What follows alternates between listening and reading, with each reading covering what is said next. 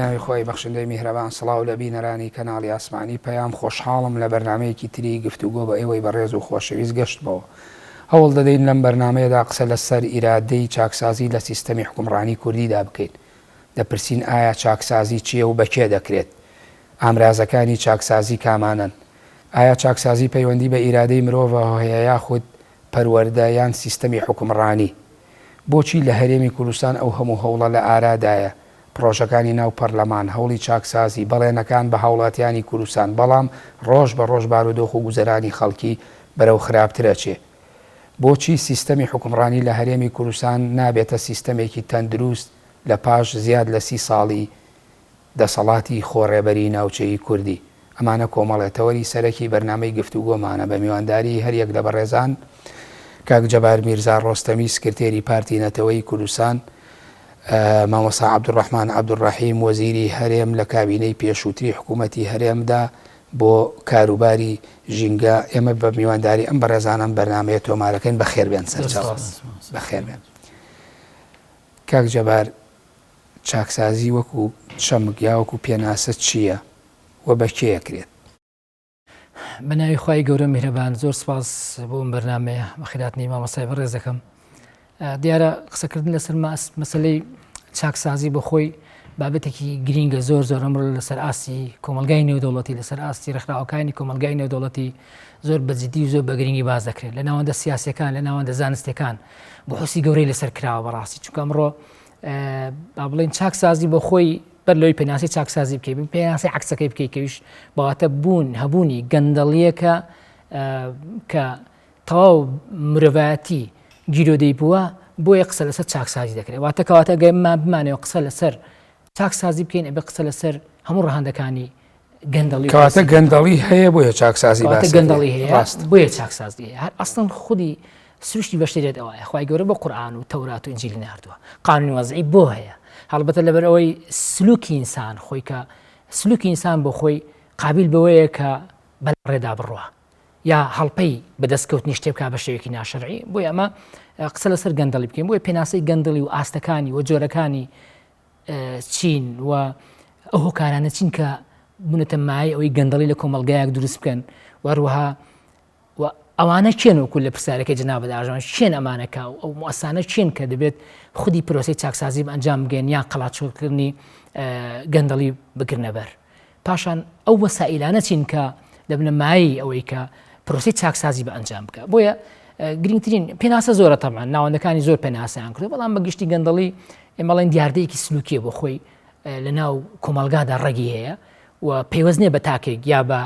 کۆمەلگا بەڵکو هەموو بوارەکانی ئابووری و کۆمەڵایەتی و سیاسی و تا کەرتی تایبەت کەرتی گشتی واتە هەموو جنگەکانی ژیانی بەشێرەتی کردێتەوە. گەندەڵی بۆ خۆی بریتێ لە با بڵێن دیاردەیەکی هەیکەلیە کاریگەری لەسەر هەموو چالاکیەکانی مرۆڤایەتی لەسەر هەموو ئاراستەکانی ژیان هەیە بۆ خۆی واتە وەستاندنی بارە ئاسایەکەی ژیانی مرۆڤایەتی. بریتە لەو دیاردەیە کە پێچەوانەی ژیانی سروشتی و ئەخلاقیاتی کۆمەلگایە فتری ئینسانە واتە هەوڵدانە بۆ دەستکەوتنی بابەتێک خزمەتگوزاریەک سامانێک پۆستێک بەڕێگەی ناشەرعی واتە بەڕێگەی ناهەسایی و نائاسایی. ئەمە بۆ خۆی کە خۆی دوایی کاریگەرەکان باز دەکەن ئەم بۆ خۆی تقریبا پێناسەیەکی گشتی گەندەڵێک کە بۆ خۆی گەندەڵی و شتە نائاسایەکان پێویستیان بە چاکسازیە کە دوایی دێنە سەری. دوو ئاستی زۆر گرنگی هەیە بڵێن پرۆسەی گەندەڵی. دوو ئاستی هەیە لە دوو ئاست داواتە لە دوو بواردا دەتوانین ئاستەکانی دیاری بکەین. یەکەم ئاستی قەبارەیە قەبارەی بچووک و قەبارەی گەورە. قەبارەی بچووک بریتە لە گەندەڵی لەو ئاستانەی کە لە بواری هەرمی ئیداری بەشی خوارەوە یا لە تاک یا لە کەرتی تایبەت لە بەشە خوارەکەی دەکرێت کە ئەمانە دەستکەوت و ئامانجی کەمتری هەیە لە قەبارەی گەورە. قەبارەی گەورە ئەمانە ئەنجامی دەن کە لە ئاستی گەورە و پۆستی ئیداری گەورە و بەرپرسی گەورە لە کەرتی تایبەت و کەرتی گشتی و لە بواری بڵاوبوونەوەش لە ئاستی بڵاوبوونەوەش دوو ئاستی هەیە. ئاستی محەلی هەیە واتە چوارچێوەی داخراوی ئەو دەوڵەتە لە کەرتی تایبەت و کەرتی گشتی حکومی و کۆمەلگا و ئاستی نێودەوڵەتیشی هەیە کە ئەمە سنووری دەوڵەتان دەبچڕێنێ لە بینی دەوڵەتانە و هەروەها کۆمپانیای فرەڕەگەزەکان و هەروەها ڕێکخراوەکانی کۆمەلگای نێودەوڵەتیەوەی کە هەیە واتە ئەو شتێک کە پەیوەندی بە چوارچێوەی دەولی هەیە. ئەمە با بڵێن ئاستەکانی ئێمە توانین بڵێن چەند جۆرێکیشی هەیە گەندەڵی کە زۆر گرنگە ئێمە ئاماژەی پێ بدەین. جۆرەکانی گەندەڵی ئەو ئاستانی یان ئاستەکان ئەو جۆرانی کە ئەو بوارانی کە گەندەڵی تیاکرێت گەندەڵی سیاسیمان هەیە گەندەڵی دارایی و ئیداریمان هەیە گەندەڵی ئابووریمان هەیە گەندەڵی پیشسازیمان هەیە ئەمانە جونگە سەرەکەکان واتە گەر بڵین ئەڵلقەیەکی پێکەوە گرێدراوی کاریگەر دروستکار ئەوەیە کە گەندەڵی سیاسیە و گەندەڵی ئابووری کارگێڕی عفو ئابووریە بەتەنیا و هەروەها مالی و ئیداری کەمە پێکەوە بەسراوەتەوە هەمویان سیمان هەیە چۆن ناسرێنەوە بۆ نە گەندەڵی سیاسی بۆ ناسرێتەوە کە احتیکاری سیاسی هەبێ پۆستی سیاسی بێ دەسەڵاتی سیاسی دەسەڵاتێک کە هەنگاو بەرەو دیکتاتۆریە یا سێبەری دیکتاتۆریەتی هەبێ با بڵێن دەسەڵاتێکە کە گرنگی بە وەلای فکری و وەلای سیاسی تایبەتەدا بڵێن سیمایەکە کە ناوێت دیموکراسی هەبێ گەشەی دیموکراسی هەبێ مەحسوبیەت و منسوبیەت و وەلا زۆرە ئەمە گەندەڵی سیاسی ئابووری و دارایی چیە؟ ئابووریەکە و دارایی و با بڵێن کارگەرەکە بە شێوەیەکی گشتی ئەوەیە کە ئیستیغلالی پۆست دەکرێت بۆچی بۆ ئەوەی زۆرترین سامان لە کاتێکی کورددا بەدەست بهێنرێ بە نامەشروعی نەدانی باجە بۆ نمونە نەدانی باجێکێک لە سیماکانی گەندەڵی ئابووری بۆ نمونە با بڵێن احتیکار پۆڵەنکردن یا تەلاعوب یا با بڵێن اختلاس ئەمانەکە هەندێک چەمکی قانونی هەن بەڕاستی تۆزە لە کوردیدا من لێرە هێندێک ئاماژەم بە هەندێک سیمای سەریعداوە بە شێوەیەک سەریع بۆی زۆر درێژەی پێ نەدەم تەجاوز لەسەر ماڵی گشتی کە ئەمە زیاتر بە کۆمەڵی خاوەن پۆست دەکرێت خۆ دزینەوە لە باجە سپیکردنەوەی پارەکە یەکێکە لە دیاردە هەرە خراپەکانی گەندەڵی ئێمە هەندێک چەمکیشان کە بەڕاستی چەمکن لەناو تۆڕە ئیدارەکاندا لەناو مستەوا ئیدارێ بەرز و نزمەکانە دەکرێت کەمانە زۆر خەترن بەڵام زۆر نادیارن بۆ نمونە اختلاس بۆ نمونە احتیال بۆ نمونە مخالفاتی مالیەکێکە لەوانەیە کە زۆر نادیارە بەڵام بنچینەی گەندەڵە ناو کۆمەلگا ئیدارەکاندا بۆ نمونە یاسایەکی بەرکارەیە بەڵام لەبەری تەفسیری جیاوازی هەیە مۆزەفێکی دیاری کراو یان با بڵێن بە پرسێکی دیاری کراو مخالفەی ئەم قانونە دەکات لە پێناوچی لە پێنا ئەوەی کە بتوانێت کارێکی غیرە شەرعی بکە باش هەمووی سیما با بینەوە سەر ئەسڵەکەی کە بریتێ لە چاکسازی لە بەرامبەر ئەمانە چۆن ئەمانە ئیسلاح حەکرێن ئەمانە طبعا هەڵبەتە کۆمەڵێک هۆکاری گرنگکەن کە ئەمانەی دروست کردووە بێتۆ هۆکارەکان باسکەین و ئەو لایەنانە چیان کە دەتوانن چاکسازی بکەن و ئەو وەسیلانە چین کە چاکسازیان پێ دەکرێت طبعا لەوان لە درێژی بەرنامەکاندا من دێمەوە حەزەکەی دێمەوە لای باش مەلای کە عەبدوڕەحمان کە عەبدوڕەحمان ئەوەی کە کاک جەبار هێمای بۆ کرد بە تایبەتی لە ڕووی تیۆریەوە قسەی لەسەر پێچەوانەکەی چاکسازی یا ئیسلاح کرد کە باسی لە گەندەڵی و ڕەهەندەکانی گەندەڵی و هۆکارەکان و جۆرەکان و مۆدێلەکانی کرد خۆ ئێستا لە ئەرزی واقعایە لە داکەوتی ئێستای سیستەمی سیاسی حکومڕانی باشووری کوردستانە ئەم خەسەت و سیمایانە ئەگەر نەڵێن ڕاستە و خۆبینێ هەموو تارماییەکانی لە پێش چاومانە ئەمانە بەچی چارەسەرەکرێن بەڵێ بەناوی خۆی بەخشندەی میهرەبان سوپاسانەکەم سوپاسی بەرنامەکەتان و کەناڵی ئاسمانی پێیام و سوپاسی مامۆستای شەکەم بۆ وتەکانی ئێمە وەکو جەناب تەفەرمی ئێمە لە واقعەکان لە هەرێمی کوردستان ئەو هەرێمەی کە دەریایە خوێنی بۆ دراوە هەتا گەشتەوە ئاستە ئەو هەرێمەی کە لایەنەکان خەباتێکی دوور و درێژیان هەیە لە ساحەی سیاسیات چ لە شاخ چ لە شار ئەوەیشی کە هەیە بەڕاستی بیخەیتە بەر باس و خواست بیدێتە دەست هەر حیزبێک ئەڵێ ڕازیت بۆ ئەنجامێکی کە ئیسە هەیە بە تەکید دەڵێ نەخێر ئەوانەیشی کە دەستی سەرکیان لەوە هەیە کە ئەو وەزع بە و ئاستە گەشتووە شانازی بۆ دۆخەوە ناکەن کە ئێستا هەیە ئەمە هەمووی دەلال لەسەرەوە کاکە وەکو بیدایەت جەناب باسی کرد پەروەردەیەک نییە لا حیزبەکان کە ئەو خەڵکانە ئامادەیەکە پەروەردەیانەکە پێشکەشیانەکە بۆ خزمەتکردنی گەلەکان لە ناوکایەکانی حکوومەت ئیتر لە سەرۆکی حکوومەتەوە بێ هەتا فەرمانبەرێک و لە دامەزراوەکانی تریش چ لە هەرێم چ لە پەرلەمان کە ئەمانە دوجار ئەو پەروەردەیە عەکسەکەنەوە کە پێشتر وەریان گرتووە بەڵام کە ئێستا سەری وەزعی هەرێمی کوردستانەکەین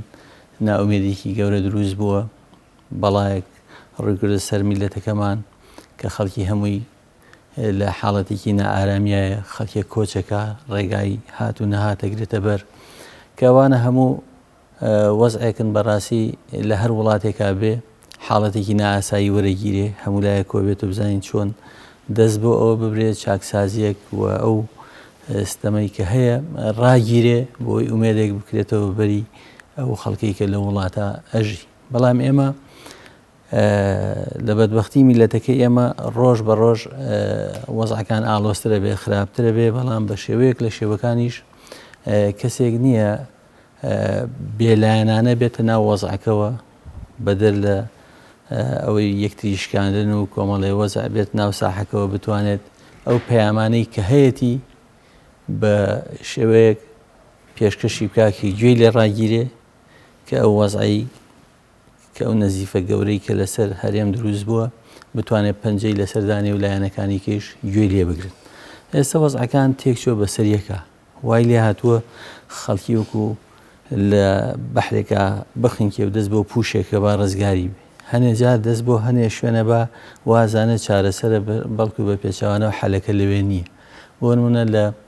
لە وەزعی کە لە هەرێما ئێستا سەریەکەین لەم چەند ڕۆژانە زۆربەی کێشەکان ڕووی لە پەرلەمان کردووە لە کاتێکا ئێمە زانین پەرلەمان بۆچی دامەزراوە ئیشەکانی چین ئەو خاڵانەی کە پێویستەکە ئومارەسەی دەسەڵاتی خۆی بکە مەشغوڵ کراوە بە هەنێ ئیشۆ ئیشی حکوومەتە لە کاتێکا بێ خەڵکی ئەو معاناتانی لەگەڵ حکوومەتە بێ حکوومەت دەرگای گفتوگوی لەگەڵ چین و توێژەکانی خەڵکا بکاتەوە پێویستەکە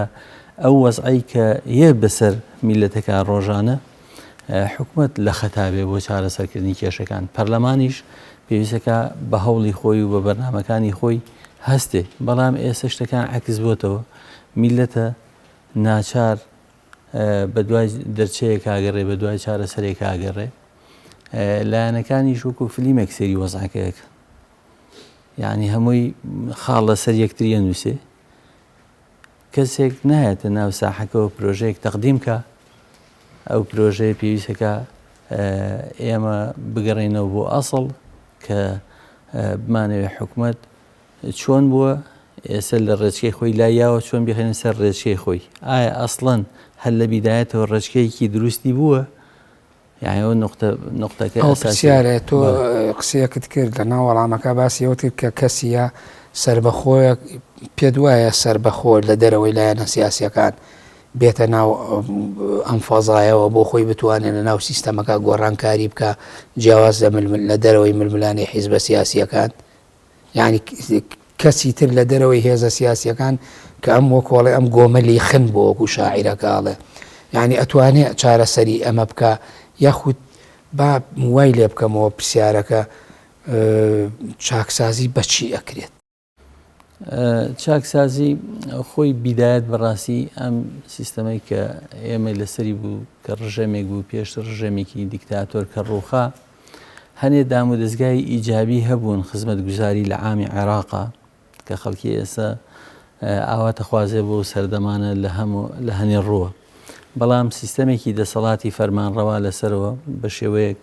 کە سەروەت و سامانی وڵاتیان تیا برد شەڕێکی گەورەیان لەگەڵ وڵاتانی دراوسیا دروست کرد لەگەڵ کۆیت و ئێران و تاقەی بەشەری زۆریان تیا برد وڵاتیان لە پێشکەوتنێکەوە خستە دواکەوتنێکی گەورەوە ئێمە هاتوین لە نێوەندی ئەم گۆڕانکاریە لە بیدایەتێک دەستمان پێکردووەک و هەرێمی کوردستان لە ساڵی 92 کە هەڵبژاردن کراوە حکوومەتێکمان دروست کردووە ئەم حکوومەتە بەرنامەیەکی وردی نەبووە پێشکەشیکا بە خەڵک ئێستا بزانین محاسەبە بکەین لەسەر چی بیکەین چونکە ئێمە هەر لە سەرەتاوە بۆ نمونە من وەکو کەسێکی ئیسلامی بیرلەوەکەمەوە یعنی ئێمە کە سیستمێکمان هەبێت تەقدیم یەکەین ئەم سیستمە خۆی لە ئەسڵا هەموو چاکسازیەکانی تەقدیمەکە هیچ کێشەیەکی تیانێ لەگەڵەوە چاودێریکی بەهێزیشی لەسرە هەر کەسێک لابدا کۆنتترۆلێکاتەوە محاسبەیەکە بەرنامەکانیشی بە عامە حکمیشی بۆ عامەوە ئیزا حەکەمتم بینە ناسیان تەحکم بالعدل لە کێشەکانە لەگەڵەوە ئێمە لە بیدایەتا کە ئەممان هەبوو بەرنمەیەکی گرنگە لە پێشە ئەمەمان کە تەقدیم کرد ئەبێ بیپارێزین ئەگەر خەلەلێکیش دروست بوو ئەبێ چاکیکەین ئێستا ئێمە ئەمە لە هەرێما نابینی ئەمە مشکلەکە سیستەمێک نییە یعنی ئەمە نقطەی ئەساسیە بەڵام لەگەڵەوە بەداخەوە ئێمە معجبین بە خەڵکی دەرەکی کەسێکی بێگانە بێ ڕەنگە هەموو لایەنەکان لە دەوری خەر بنەوە بەڵام کەسێکی ناوخۆیی هەر پامێک برا هەمووی لە دەوری خر نابێتەوە بەڵام وڵاتانی دەوروبەریش بەرژەوەندیان لەوایە کە ئێمە سەقامگیر نەبین خۆشمان بەشێکین لەوە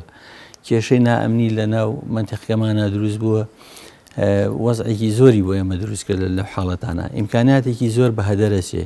لەگەڵەوەی شابەڕاستی کاسەی پر ئاشتی ماڵە ئێمە هەرێمێکی دەوڵەمەنە داهاتێکی زۆری هەیە هەم سەرزەوی و هەم ژێرزەوی لەبەرەوە ئەمانە کە ناخرێنە بەرنامەیە خەڵکە بە هەژاریەژی عسابی مانووە ئەگەر بۆ نمونە خەڵکی بیر لەوەش کاتەوە خۆپیشاندان کە ڕەوتی خۆپیشاندانەکەی لێتێکەن پەنابرێتە بەر سووتانی بارەگا و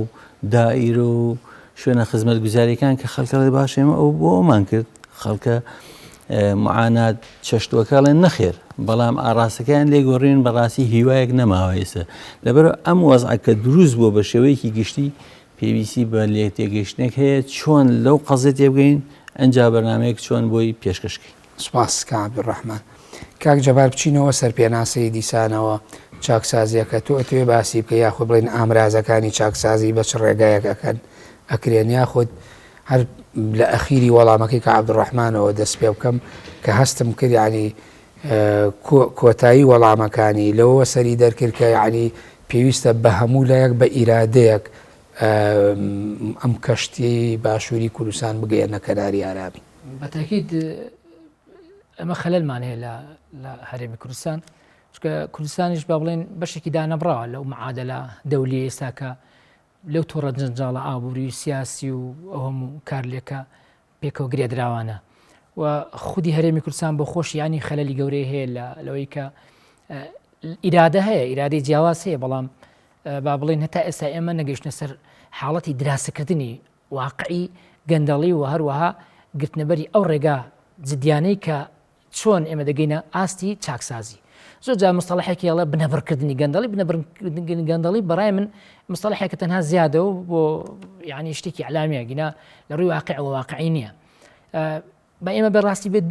دوو شت زۆر گرنگی ئاماژەیان پێ بدەین ئەنجا ببێنە سەر ئەو ڕێگەیانەی کە یەکەم هۆکارەکانی سەرهەڵدانی گەندەڵی لە هەموو دنیا پاشان لە هەرێمی کوردستان کامانن و بابەتێکیش کە زۆر گرینگە هەم دەسەڵاتی سیاسی بزانێ هەم نخبەی ڕۆشنبیر و سیاسی بزانێ هەم حزبەکان بیزانن هەم تاک بە تاکی کۆمەلگا بیزانێ وهروە هەموو ئەو کۆمپانیا و کۆمپانیاکانی کەرتی تایبەت و هەروە ڕێکخراوەکانی کە هەمووی گشتی و کەرتی تایبەت و کەرتی گشتی بزانێ کە لێکەوتەی زۆر مەترسیدار بۆ سەر ئاستی کۆمەلگا دەسەڵات تاک هەموو بوارەکان هەیە لێکەوتەی گەندەڵی بۆ خۆی مەترسیدارە ینی کۆمەلگا دادەڕمێنێ. تۆ هۆکارەکانت باس کرد لە وەڵامی پێشوە بەڵام ئەمویست ینی پێمان بڵێ ئەم هۆکارانەی کە باست کرد بە چیش چارەسەرەکرێت. ئەمە هۆکارەکانمان باز نەکرد باسی جۆرەکانمان جۆرەکان کۆمەڵی هۆکارمانەیە کە بۆتە سەبەبی سەرهەڵدانی گەندەڵی لە ئاستی گشتی وەکو باسمان کردی کە لە هۆکارەکان هۆکاری سیاسیە واتە نەبوونی سیستەمێکی دیموکراسی بەهێزە نەبوونی با بڵێن ئەوەی مامەسای ئاماژەی پێدایەکە لە نقطە هەر گرنگان کە لە ئەوروپا چارەسەر کرا ئەویش فەسڵی سوڵتاتە یعنی مەبدەئی فەسڵ سوڵتات واتە پەرلەمانیشی خۆی بکە یاسایەک دەرکا بە تایبەت بۆ چاکسازی کە وازەح بێ مەجالی تەفسیری تیانە بێ و ڕێقابەی مالی بۆ خۆی دەستەیەکی سەر بۆ خۆ بە ئیشی کاری خۆی بکە مفەتیشی عام هەبێ بۆ لێپرسینەوە و بۆ چاودێریکردن و بۆ بە دوواداچوونی هەموو دۆسیەکان لە ناو دائیرە حکومیەکان و وەزارەتەکان و مدیرەتەکان و وەروها لە ناو با بڵێن ڕێکخراوەکانی کۆمەڵگەی مەدەنی وەروها لە ناو با بڵێن منەظەماتی کەرتی تایبەتیش. هۆکاری سیاسی یەکێکە لە هۆکارەکانی بەڕاستی زەقە و عەرقەلەیەکە لە عەرقەلە گەورەکانی پرۆسەی چاکسازی لە بەگشتی لە دنیاوە و بەتایبەتی لە هەموو وڵاتانی ڕۆژهەڵاتی ناوەڕاست و عێراق و ئێمەژ کوردستان هۆکارەکە هۆکاری سیاسی لاوازی ستەمە سیاسەکەیە جۆری ستەمە سیاسەکەیە کە تا ئێستا نهاتە سەر ڕێچکەیەکی سیاسی تەندروست. هۆکاری کۆمەڵاتیش کە بەڕاستی زۆر گرنگە ئاماژەی پێ بدەین ینی یەکەم خەڵک وعی ئەو توی نییە لە مەترسیەکانی دەرەنجامی داڕمانی کۆمەڵایەتی و داڕمانی ئابووری سیاسی واتە بێ خەڵک وعی ئەوەی هەبێ کە گەندەڵی چەنە مەترسیدارە ئەبێ وا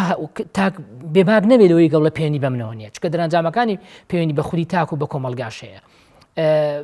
هۆکاری ئێمە هۆکاری ئیداریشمانەیە ینی ڕۆتینیاتی ئیداری نەبوونی با بڵێن سیستەمی پاداشت و سزا با بڵێن نەبوونی با بڵێن جۆرێک لە سیستەمێکی ئیداری پێشکەوتیوە یان نەبوونی حکومەتێکی ئەلکترۆنی ئەمانە هەمووی هۆکارن بۆ با بڵێن برەو پێدانی زیاتر و گەشە پێدانی زیاتری با بڵێن گەندەڵی هۆکارەکان زۆرن خۆ هۆکاری ئابووری ئەوەی سیستەمێکی سیاسی ئابووری گەشە کردومان نییە واتە سیاسەتێکی ئابووری تەندروستمان نییە با بڵێن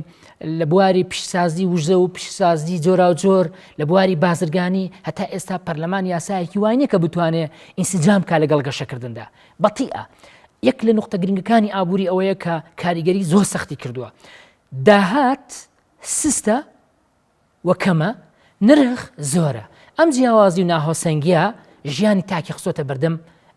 با بڵێن بژێوەیەکی مەترسیدار بۆی ئینفعالێکی سایکۆلۆژی بۆ دروست بووە یا وڵات جێدێڵە یادێت ئەمانە ئەم هۆکارانە چی دروست کردووە بەعام ژیانی کۆمەلگا و گەشەکردنی کۆمەڵایەتی سیاسی ئابووری و دارایی پەخستۆ بە جۆرێک کە هەڕەشە لەسەر سیستەمی باش با من لێکەوتەکانی ئەگەر بووم بڕێ لێکەوتەکانی زۆر گرنگن بە کورتی ئەگەر بۆی هەندێک بە کورتی لێکەوتەی یەکەم تەزەخم دروست دەکات ئەم چارەسەر نەکردنی گەندەڵی و خودی گەندەڵی بۆ خۆی تەزەخومێکی گەورە دروست دەکات لە ئاستی ئابووری کە تەزەخومی ژێکێکە لەوانەی کە ئەگەری داڕمانی ئابووری وڵاتێک هەیە دوو ناسەقامگیری سیاسی ناسەقامگیری با بڵێن ئەمنی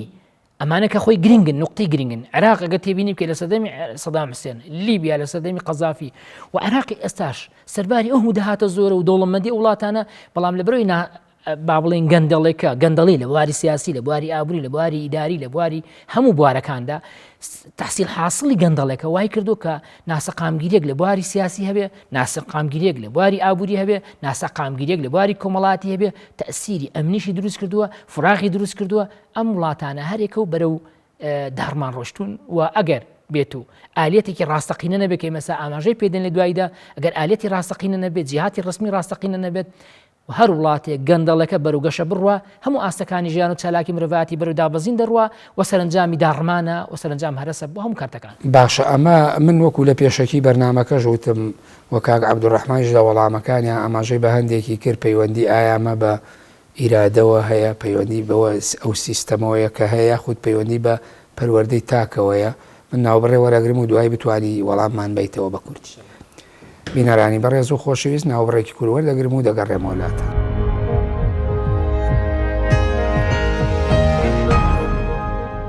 دووبارە سڵاو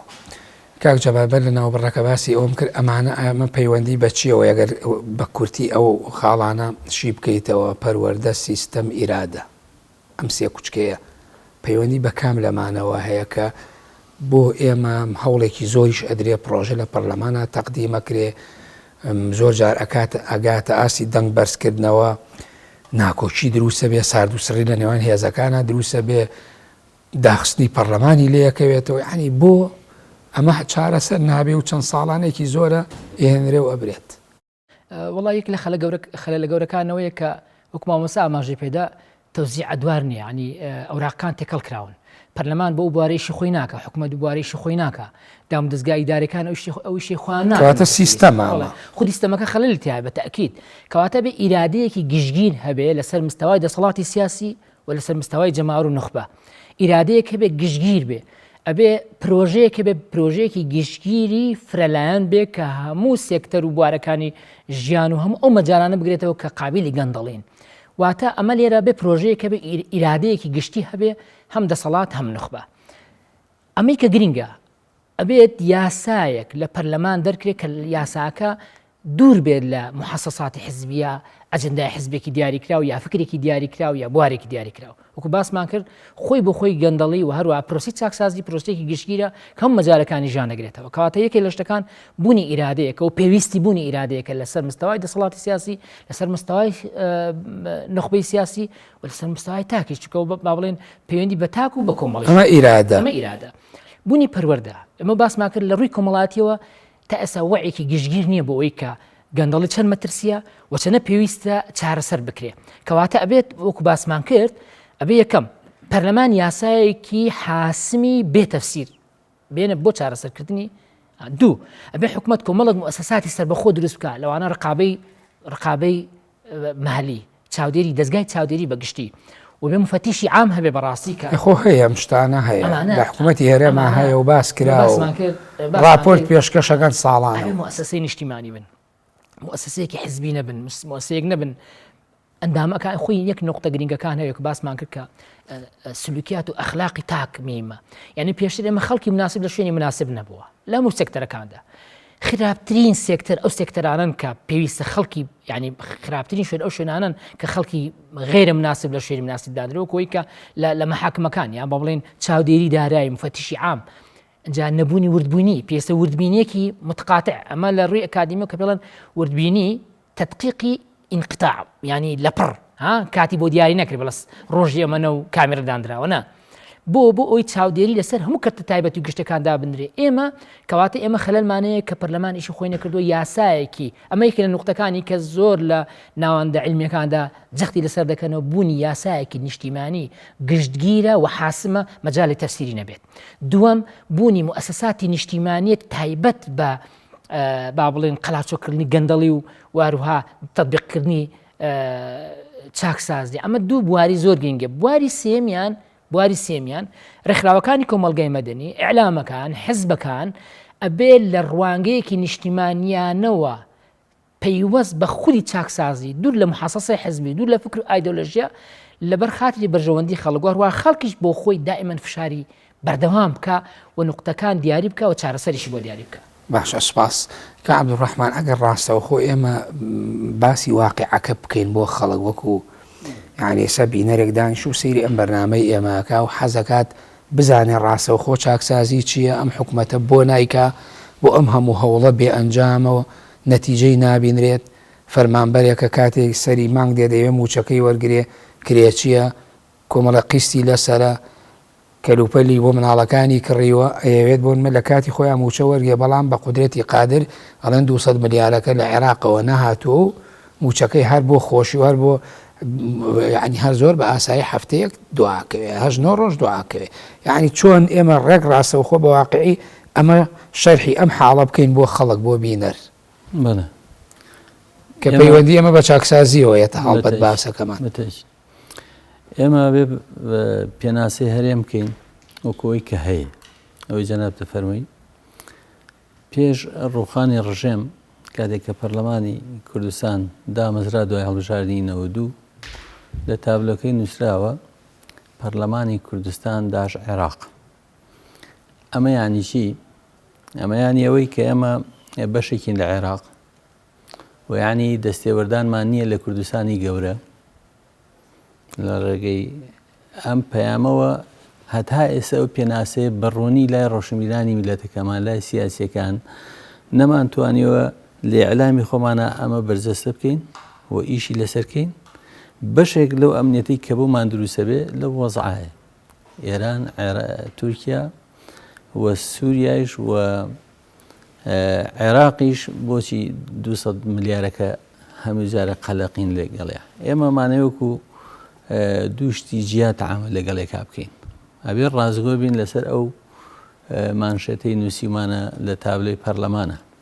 و حکوومەتیش حکوومەتی هەرێمی کوردستانی عێراق ئەم شیکردنەوە ئەبێ بچێتە ناو جمگەکانی بیرکردنەوە و دەسەڵاتی ئێمە بە شێوەیەکی گشتی ئێمە وانی عەرەبەکان خاوەنی زیاتر لە 22 دەوڵەتن هەموو دەوڵەتێکیان سربەخۆن بەڵام لەگەڵ ئەوە جامیعی عەرەبیان هەیە یانەوێ پێکەوە یە قسەیان هەبێ ئێمە هەر باسی کوردستانی گەورەیەکەین قسەی بەردێکی زل کە نیشانەی نەوەشاندنێتی بیر لەوە ناکەینەوە کوردانی تورکیا چۆن بیرکەنەوە و ئێمە چۆن لەگەڵیانە تەعاونکەین کوردانی ڕۆژهەڵات چۆن لەگە وڵاتی خۆیانە ڕێکەون و تەفاومیکیانە بێ ئێمە لەگەڵیانە چۆن ڕێکەوی ئێمە بە بیرکردنەوەیەکی گەورە بە ئیمکاناتێکی بچووک لەگەڵ واقعەکە کە سیاسەتی نێودەوڵەتی هیچ ئیجازەیەکی بە ئێمە نەدا بە نمونە ڕیفراندۆمەکە کە ئێمە پێویست بەوە کە ئەوانە بە شێوەی ئەوە نا بیفرۆشینەوە بە یەکتری ئێمە خوای گەورە مافی پیاوین زمانمان هەیە خاکمان هەیە گەلمان هەیە بەڵام لەو واقعەدا سەپاوی کە بەسەرمانایە ئەمە لەگەڵ واقعەکە یەک ناگرێتەوە بۆیە دروستکردنی ئەو قەناعەتە بۆ میلەتەکە ئێمە بەشێک لە چارەسەرەکانمان بۆ دیاریەکە لەبەرەوە ئێمە بێت لەگەڵ عێراقا بگەینە ئەو نقطەی کە هەمیشە ئێمە لە کێشا نەبین فەرمانبەرانی ئێمە لە قەلەقان نەبێ کە قیستێکەکە لە دوکانێک سەری مانگ ڕازگۆ بێ لەگەڵ ئەو قیستەی کە مووسەی وەرەگرێ قیستەکە بەرێتەوە بۆ لایانی پەیوەندیدار بەڵام ئەمە وای کردووە لەوانەی فەرمانبەرن هەر لە قەلەقان ئەوانەیشی فەرمانبەر نین و ئومێدێکیانەیەدا ببەنزرێن هەر لە قەلەقان لەبەرەوە ئەم قەلەقێت تەسیری کردو سەر هەموو خەڵک بە شێوەیەکی گشتی ئێمە ئەوەین کە هەین وەکو باسم کرد چۆن ئەمە ڕاستکەینەوە چۆن ئەمە بەڕاستی بکەینە چارەسەرێک بۆ ئەوەی کە ئێمە لەکوێی وەزعەکەین ئەو وەختە دەست بۆ چاکسازیەکانە بین بە شێوەیەکی ورد ئەو چاکسازیانەی کە ئێسش هەیە بەڕاستی شتێکی وەکو بڵێ میکیاجە و شتێکی دروستکراوە گەناشتی واقعی نییە معقول نییە کەسێ خۆی بۆ خۆی گلەی لەسەر بێ و تێبینی لەسەر بێ و بەدایان بەڵگە شتی لەسەر بێ بەڵام خۆی بکەی بە لیژنە بۆ چاکسازی ئەمە بەڕاستی لە هیچ سیستمێک کاشتیوانی ئەوانە پێویستەکە دەستیان بگیرێ ڕاگیرن لێپێچینەوەیان لەگەڵا بکرێ بەوەی کە باسەکرێ یاسا یعنی لەسەری حیزبەکانەوە بێ یعنی لەم هەرێما ئێستاەوە بە چاوی سەر ئەیبینی وانییە لە هەر شوێنێکا زۆرترین ئیمکانیات کە ئەبینی لە شوقەکانە بینی لە پرۆژەکان لە کۆمپانیاکان شخصەکانیش حیزبەکان ئیستیغلالەکەن لە ناحیزبەکانیشا بۆ خۆیانە ئەمە پێویست بەوە کە چارەسەرێ بکرێ ئەگەر ئەوانە بەوە تێر نەخۆن بە تەئکید ئەوەش لە دەستەدەن کە هەیەە باشتیکە خەڵک پڕ بووە مێشی پڕ بووە سەبری پڕ بووە توانای نەماوە خەڵک ئیستعدادی ئەوەیە وڵات بەجێڵێ بەڵام بە دیوەکەی کە ڕۆژگاری هەبوو خەڵک سنگی خۆینا بە گولە شەهید دەبوو بۆی وڵاتەکەی ئاسایش بێت معقولە ئێستا ئەو دوو بیرکردنەوە زۆر جیاهەیە ئەمەی توێڵی گرنگە بەو یعنی ئاڕاستەیە گرنگە تۆ خۆت ئەزمموی ناو دەسەڵاتی سیاسیت کردووە یعنی لە کابینەی پێشووی حکوومەتی هەرێمە وەزیری هەرێم بووی بۆ کاروباری ژینگە یعنی ئەمە ئەزانم دەست و پەنجەت لەگەڵ یان نەرم کردو و بە وردی ئەتوانی ئاماژە بە شتەکانگە ئێوە هەوڵتاندا چاکسازی بکەن ئەکرێ بڵێن ینی ئایا کامانن کۆسپەکانی ڕێگری لە بەردەم چاکسازیە ئێمە پێشتر کاکجەباریشی کردەوە کە مەسلەی پەروەردە مەسلەی ئیرادە مەسلەی سیستەم خۆشت باس لە هەندێکیان ئەمانە بۆ خۆی عامیلن ئیشەکەن لە ناو قەزیەکە ئایا لە دەرەوەی ئەمسیانە ڕێگریەکی تر هەیە کە ئەمانە وجودیان نەبوو یا غیابیان نەبووە یا وەکو پێویست نەبوون با نەڵێن هیچ نەبووە چی بۆ ڕێگریانە کە وایە کرد چاکسازی بکرێ بۆ منە ئێستا تۆ وەزیری هەرێم بووی کاتی خۆی بۆ کاروباری ژینگە ئێستا یەکێک لە دیاردە خراپەکانی ئەم وڵاتە ژینگەیەکی پیس و خراپە بۆیە ئەو هەموو نەخۆشی و دەردوودە داوا دەرەکەوێت لە خەڵک وە ژینگەکە پیسە وەکو پێویست خزمەت ناکرێ و سوود تەنانەت لە پاشەڕۆکان و لەو بەرەمانش کە زیادە پێویستە و فڕێ ئەدرێن و وەرناگیرێ یعنی چی واعکا کە ئەمانە بوونە کۆتایی پێبێ ئێمە بەداخەوە ینی حیزبەکان بە شێوەیەکی گشتی کەوتونەتە ژێر تەسیراتی خەڵکێک کە پیان گەیاندووە بە ئاراستەیەکی نادروست دوایە بنە فشار لەسەر خۆشیان بۆ نمونە ئێمە لە حیزبە بڕامان وابێ بەژاری بکەین لە حکومت قەنەعاتی خەڵکە وا دروست کردو دژی حکومت بێ بیشیتە ناو حکومت هەردژێتی ناڵێ خۆی سیاستمان وایە چتە حکومت کە ئەژیتە ئۆپۆزیسیۆن بە شێوەیەک ئۆپۆزیسیۆنەکە بەو مانە نییە کە دەسەڵات و ئۆپۆزیسیۆن بە یەکەوە دانیشن ئەمە ئیشی تۆیە تۆ ئەگەر ڕخنە بگری کارێکی جوان بکەی ئەوە وەزیفەی خۆتە بەڵام ئەگەر کارێکی نایاسایی بکەی ئێمە چاودێرێکی بەسەرەوە ئەم تەنسیقە لە هەرێما وجودی نییە پێویستەکە چارەسەر بکرێ من چەند جارێکیش لە بەرنامەی کە باسم کردووە بێمنەتیەک دروست بووە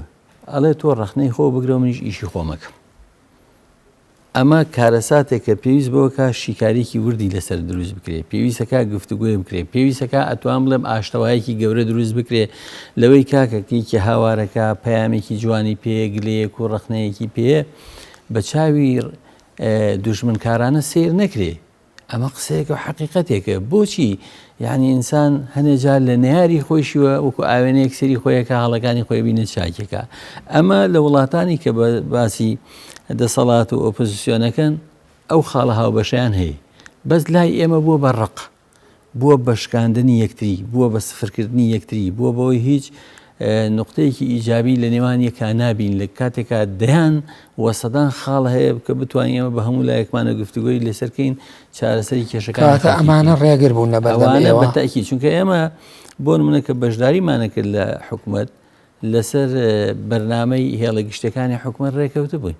بەڵام لە ئەنجامی عەمەلا سەرەکەی نایەتە دی، وەکو کابرایەکەڵێن هەر لەحنێک بە عودەکەی لەگەڵ لەحنەکان نات و حەچی لیاوی لەگەڵ لەحنەکان دابی بە عەرزەتی کاکەمە لەگەڵ ئیشەکەی منە ناگونج. ئێمە بەڕاستی پێویست بەوە کە ئەم بەرنامانەی کە ئەیکەین لەگەڵ ئەو هەنگاوانەی کە خۆمانێنین بۆ چاکسازی یەک بگرێتەوە. لەم هەرێمە تقریباً خەڵک تووشی بێهیوایی بووە، ئەو پەڕی دەسەڵاتی هەبێ، ئەو پەڕی قەناعەتی هەبێ، ئەو پەڕی بەرنامە پێبێ پەرچوو بۆ دروستەکرێت لە ئاخیرا ئەگەفریانەکەی خۆشتی پێوەشکێ. ڕاستە دەستخۆش. کاک جەبار ئەو بێهیوایی کە عەبدوڕەحمان باسی کرد چارەسەری کوتوپڕ چییە بۆ ئەو بێهیواییە؟ یەکێک لەو خاڵانی کە مامۆستا ئاماژەی پێدا تەبەن ورتر خاڵ بخەینە سەر پیتەکە ئەوەیە کە ڕاشکەوان ئێمە لەو بەرنامانە لە کۆڕکۆبوونە جیاوازەکان ڕاستەوخۆ ئەو مەترسیە بەگوێی دەسەڵات و بەجێ هەموو نەخبە بدا بدەین کە بژێوی وەک گوزەرانی فەرمانبەران و خەڵک لە ئاستە زۆرەکەی بەڕێژە زۆرەکەی بەرەو هەرەز ڕۆشتۆ شێواوە، خەڵک ڕەتفعلێکی سایکۆلۆجی گەورەی بۆ دروست بووە و لە هەموو کەرتەکان لە کارتی تەندروستی، لە کارتی پیشسازی، لە کارتی حکومی، لە کارتی تایبەت نخبەیەکی کەم لەسەر حسابی زۆرینەی خەڵک زۆرترین سامانیان بەدەستهێناوە کە ئەمە ژوای کردووە جیاوازەیەکی یەجگار زۆر کۆکو لە مەسەڵەحێکی سیاسیە فاوارەقێکی کۆمەڵایەتی زۆر گەورەی دروست کردووە کە وەکەوەی کە لە ناو ئەم نەتەوەیە دوو نەتەوە هەبێت، دوو میلەت هەبێت، واتە توێژێکی پلەیەک کە ممارەسەی دەسەڵات، ممارەسەی زۆرترین دەستکەوتی مادی بە شێوەیەکی خێرا لەسەر حسابی بە شێوەی نامەشروع لەسەر حسابی زۆرینەی خەڵک و خەڵکی پلە دوو کە زۆرینەی خەڵکی کوردستانە بۆی ئەم بێهیواتیە سیستەمی چینایەتی سیستەمی چینایەتی طبقەی سەرە و طبقەی خوارەوە بە بڵێن سیستەمێکی چینایەتی سلبی نەچی چینایەتێکی ئیجابی و ڕۆتینێوی کە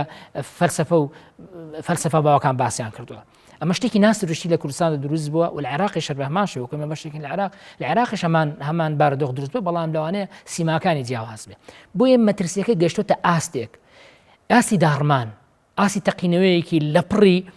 چاوەڕوان نەکراو، ئەم کاتە تە ڕوش پێکەوە بسووتێنێ لەوانەیە کە خەڵکێکی زۆرینە بڵێ من کە هەر زەرەرمە و هەر نەگەمە ئومێدی خۆم بخوێنم نەتیجەی نەبێ و کاسبی بکەم نەتیجەی نەبێ و لە وڵاتەکەی خۆم هەر غەریب بم، لە وڵاتەکەی خۆم کرێچی بم. من تێبینی بەڕاستی یەک شتی زۆر گرنگم کرد کە بەڕاستی حەق بووە هەموو سەرکردەی حیزبەکان بۆ بزانن. گەنجێگەڵێ من ئەگەر 105 فرسەتی دەرچوونم هەبێ 195 فرسەتی خنکانم هەبێت ئیمیج لەسەر ئەو فرسەتی 105 دەکەم بۆی بپەڕۆ ئەو بپڕۆ. لێرەدا شتێکم بیرکەوە ببوورە کاک جەبار، ئەڵێ بە پێی ئامارەکانی ڕێکخراوی لووتکە لەم ماوەی مانگێکە 40,000 کەس کوردستانی بەجێ هێشتووە، یعنی بۆ خۆی ئەمە بۆ یارمەتی ئەمەوێ یارمەتی تۆ بم، یعنی ئەمە کارەساتە بۆ خۆی 40,000 ئینسان ئەم وڵاتە بەجێ بێڵێ وەکو تۆڵی لە 95 یعنی احتیمالی خنکانێ بێ قوبوڵیەتی. ئەمە پرسیارێکی جەوهەریە بۆ ئەمە کەواتە وەڵامەکەی گرینگە کە بەڕاستی بە دوای دابچین. یەکەم هەممان بزانین مەترسێکی گەورە لەسەر داڕوخانی داڕمانی و ئەگەری داڕمانی بنیەی کۆمەڵایەتی ئابووری سیاسی و دەسەڵاتی سیاسیشمان هەیە، کەواتە بەر لەوەی ئێمەی خەڵکیان چینی دووەم بیر لەوە بکاتەوە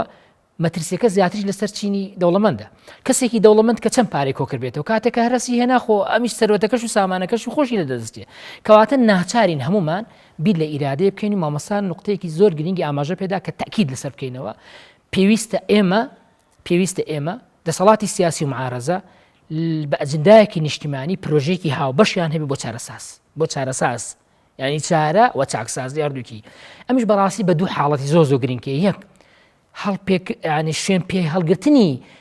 دەوڵەتە ئەوروپیەکان. ئێمە پرسیار بکەین بۆ گەنجی ئێمە دەڕوا بە ئەوروپا لێوە بۆی باش بژی، باشە بۆ ئێمەی حیزبە سیاسیەکان و دەسەڵاتی سیاسی و پەرلەمان و حکومەت و موسەکان ئەوانیش بە فکر ناچن بۆ ئەوروپا و ئەو سیستەمە ئیداری ئەو سیستەمە چاکسازیە ئەو مۆدێلە وەرناگرن. ئەمە خۆی نقطەیەکی زۆر مهمە. بۆ کەسێک بۆ مۆدیل بنرێ بۆ جلوبەرگ بنێرێ بۆ ئەوروپا، بۆ ڕەفاهێت و خۆشی بنێرێ بۆ ئەوروپا، بۆ چارەسەرکردنی خۆی کە نەخۆشە بچێ بۆ ئەوروپا، باشە بۆ چارەسەری چاکسازی بۆ چارەسەری ئابوور و سیاسی ئێمە سیستەمێکی باش بێنین. یەک لە نقطەکانەیە کە بەڕاستی پسپۆرێک زۆر بە جوانی ئاماژەی پێدا کە ئەڵێ ئێمە لە کوردستاندا هەستاوین تەقلیدی سیستەمی ئابووری و بژێوی ژیانی ئەمریکامان وەرگرتووە بەبێ ئەوەی ئالیەتی پێدانی احتیاتەکانیمان نابێ، فەرامۆشی سیستەمی ئەوروپامان کردووە. لەلایەکەوە ئێمەی کۆمەلگای موسڵمان فەرامۆشی ئەجندایەکی ئابووری زۆر گەورە کە ممارەسەیە لە خلافەتەکان کراوە، خودی قورئان خودی ئیسلام ئێمە ئەوەشمان فەرامۆش کرد. واتە هەم دینەکە ئەخلاقە کۆمەڵایەتیە فترەکەمان واز لێ هێناوە، هەم ئەم مۆدیلە باشە پێشکەوتووی کە لانیکم باس ئەخلاقەکە ناکەم، باسی گەشەکردنی ژیان و ئابووری و خۆشگوزەرانی کە لە ئەوروپا هەیە نەڕەچاوی ئەومان کردو، نەڕەچاوی بنیە کۆمەڵاتەکەمان کردووە. هەر یەکە و هەڵپێی ئەوەیەتی بەداخەوە نەکەر حزب گەورەکان لەسەر ئاسی تاکیش هەرێک و هەڵپێی ئەوەیەتی چۆن بگاتە خواستێکی دارایی، چۆن خۆی تێرکە ببێ ئەوی بێ لۆ بکاتەوە. ئەمە ئیجابیات و سلبیاتی بۆ خۆی و خۆی و بۆ کۆمەلگاچێ. بۆیە یەک چی بکرێت هەرچی زووە بەپەلا لەسەر ئاستی پەرلەمان بۆ یەک جاریش بێت پەرلەمانتارەکانی کوردستان بۆ یەک جاریش بێت بە ئەنجدایەکی نیشتیمانی پرۆژەیەکی هاوبەش یەکەم ئانی بێت هەنوکەیی بێ و هەندێکیش ناچاری استراتیجی بێت، پرۆژەیەکی هاوبەشی ئانی بۆی هیچ نەبێ ئەم قۆناغە ئەگەر بەپەلەش چارەسەر نەکرێ ئەم ئیستنزافە بوەستێنرێ. یەک نقطە هەیە زۆر گرنگە بەڕای من زۆر گرنگە کە ئاماژەی پێ بدەین. ئەزانێک ئەم ساڵ بشکە ساڵی بێ هاوینێکی تر هەر ماڵێک کە کام شاری لە هەمووی تەرترە ئەودارترە بە 15 ڕۆژ ئاوی بۆ نایەتەوە.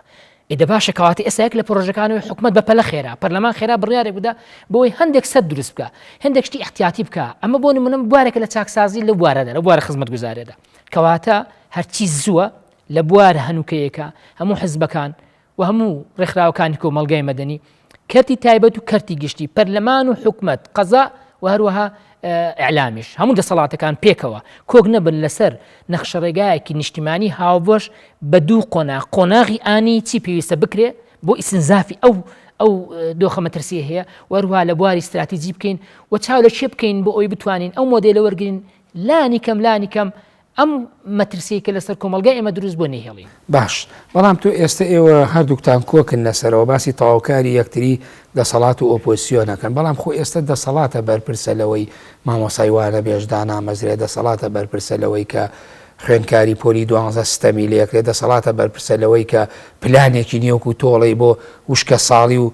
پلانێکی نییە بۆ دابشکردنی نەودەوە وەرزی زستان هاتووە بەرمیلێک نەوت خەریکە هەڵەکشێ بەرەو 200,000 دینار ئەوە سەرەی سیارەکان و نرخی بانزین و گرانی بازاڕەکانە. یعنی ئەگەر من نەبێ بە داکۆکی کردیانی کە تۆ لە ناو حکومڕان و سیستەمی دەسەڵات و بەڕێوە بردنای ئۆپۆسیۆن چی بکات لەمە ئەو چی بۆ ئەکرێ کە یارمەتی دەسەڵات با بۆی چارەسەریکە. ئەرکی یەکەم ئەرکی حکومەتە، ئەرکی سیستەمی حکومڕانی ئەرکی حزبی دەسەڵاتدارە ئەوە واضحە، ینی هیچ بوارێکی تیان بەسم بۆ چاکسازیە هەر بۆ چاکسازی و بەرپرسیارەتەکەی وەروها بوار ڕەخساندنیش. ئێمە ئەڵین شتێکی هاوبەش بەڵام خۆشتر هاوبەشەکە 150 بە 150 نییە. ئەبێ حکومەت و حزب دەسەڵاتدارەکان بەنسبەتی قدرەتی خۆیان بەنسبەتی بەشداری خۆیان بەنسبەتی حەجمی خۆیان ئەبێ بوار بڕەخسێن کەواتە ئەوەی مەقولەیەکی ئینگلیزی هەیە بە کوردی ئەڵێن هەتا ئاسی مەسئولیەت یعنی هەتا هێزت گەورەتر بێت هەتا تۆ بەهێزتر بی ئاسی مەسئولیەتیش زیاترە. کەواتە ئەمڕۆ دەسەڵاتی سیاسی مەسئولی دەرەجەیەکەمە لەوەی بوا بڕەخسێنە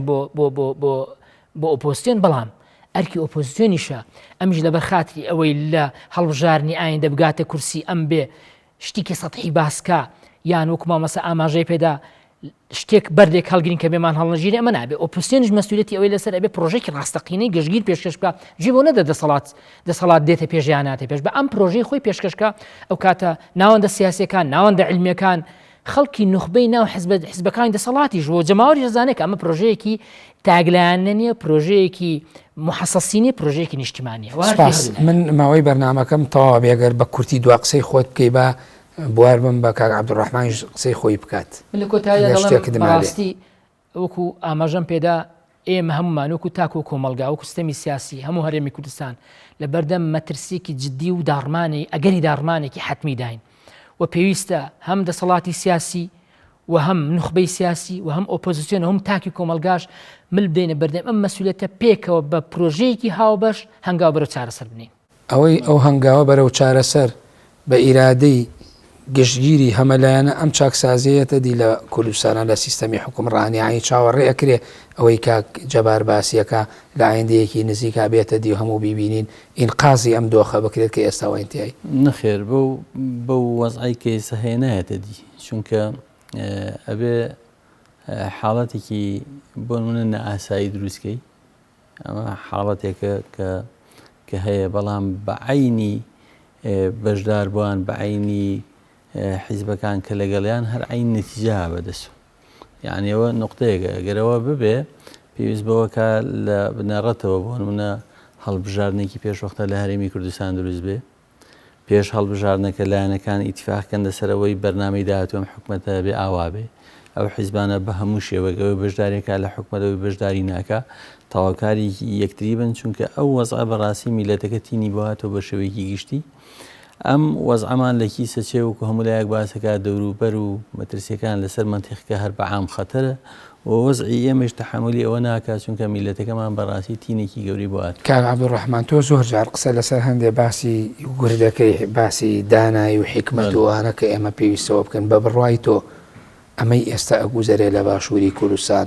ئەبن بە کەلێن و پاسا و بەدەست نەیارانی کوردەوە چی لە ناوخۆچی لە هەرێمایەتی و تەنانەت لە ڕووی نێودەوڵەتیشەوە پاساوی بچووکردنەوە ئەڵەی کە پێشتر پیان ناخۆش و باسەکرای خۆت کۆتایی هێنان بەم شێوازی حکومڕانی هەرێم لە باشووری کوردستان یعنی ئەمە پاساوایە بەدەستەوە بە تاکید ئەوانە هیچ شتێک بەبێت تۆمارکردن بەسەرێ ما تێنابڕێ هەم لەلایەنی خوای گەورە هەم لایەنی وڵاتانی دنیا و داخل و خارج ئێمە پێویست بەوەکە ئەو دانایی وشتە بە خرج بدەین هەرێکێ بە شێوەیەکی خۆی من بۆ نمونە یەک نمونە تا عرض کەم کە جارێکیان بەڕێز مام جەلال هات بۆ لەگەڵ هەیەتێکە هات بۆ هەڵەبجە بۆ لای بەڕێز مام سەمەد عەلی من خۆم لە مەجلیسەکە بووم گفتوگۆ هەبوو بۆ نمونە کێشەی منتیقیە باسەکرا عادەتەن لە پەراوێزی کۆبوونەکە باز لەوەکرا ئەو کاتە سەرۆکی هەرێم بوو ڕسمی لە دایرەکان هەڵواسرا بوو هەنێک خەڵکی تر ناحەزوشت بوون ڕسمیان ئەشکان ڕسمیان تێکەدا من لە مەجلیسەکە باسم کرد وتم بەڕێز مام جەلال جەناب لە ڕسم گەورەتری ناسراوی پێویستی بۆ نییە بە ڕسم تۆ بناسری هەنێک کێشەی بچووک دروستە بن بۆی ئێمەوەی کێشەمان بۆ دروست بێ جەنابەت چی قەرارە دەی وتی وەکیلی من بە لە هەر شوێنێکا کێشە دروست بە ڕسمەکانی من لابە لەو حاڵەتە مەبەستم چییە خەریب و ئەتەقیوە لەسەر کێشەیەکی ئاوە هەنێشت زەمینەی بۆ دروستکەی مەقابل گوێت لێگرێ مەقابل لەبەرەوە لەم هەرێمە ئێمە زۆر کێشەکان هەنێکی لە بینی حیزبەکانە ئەساسی نین یعنی ئەکرێ بە گفتوگوی هەڵگرێ بەڵام ئەوەی کە ئەساسە لای ئێمە کێشەی گشتیە کە کێشەی میلەتەکەیە کە کێشەی اقتصادی میلەتەکەی داهاتێکی زۆرە کە سامانی ژێرزەوی و سەرزەوی هەر زۆرە داهاتی ناوخۆی هەر زۆرە گومرگەکان هەر زۆرە چۆن ئەمانە بەڕاستی هەمووی بگەڕێتەوە مەرکز ئێمە بەڕاستی پێویست بەوەکە وەکو ئەوەی کە حەزرەت یوسف عەلەیهی سەلام کە پێشنیاری ئەکرد بۆ دەسەڵاتێک بۆ ئەوە نەبوو کە خۆی بکرێ بەشت بۆ ئەوە نەبوو دەوڵەتەکە بە ئاراستەی خۆی بەرێت توانی متمانەیە دروستکە بۆی گوێی لێ بگرن ئێمە ئێستا ئەو متمانە لە بینی ئەحزابەکانە نەماوە بەداخەوە. بەڵێ زۆر سپاس بۆ بەڕێزان عەبدوڕەحمان عەبدوڕەحیم وەزیری پێشووتری هەرێم بۆ کاروباری ژینگە سپاس بۆ کاک جەبار میرزا ڕۆستەمی سکرتێری پارتی نەتەوەی کوردستان سپاسانەکەم سپاس بۆیەوەش. بەڵێ بینەرانی بەڕێز و خۆشەویست بەم شێوەیە هاتمە کۆتایی گفتوگۆی ئەمڕۆمان تا گفتوگۆیەکی تر بەخوای گەورە و میهرەبانتان دەسپێرم کاتێکی خۆش بۆ هەموو لایەک.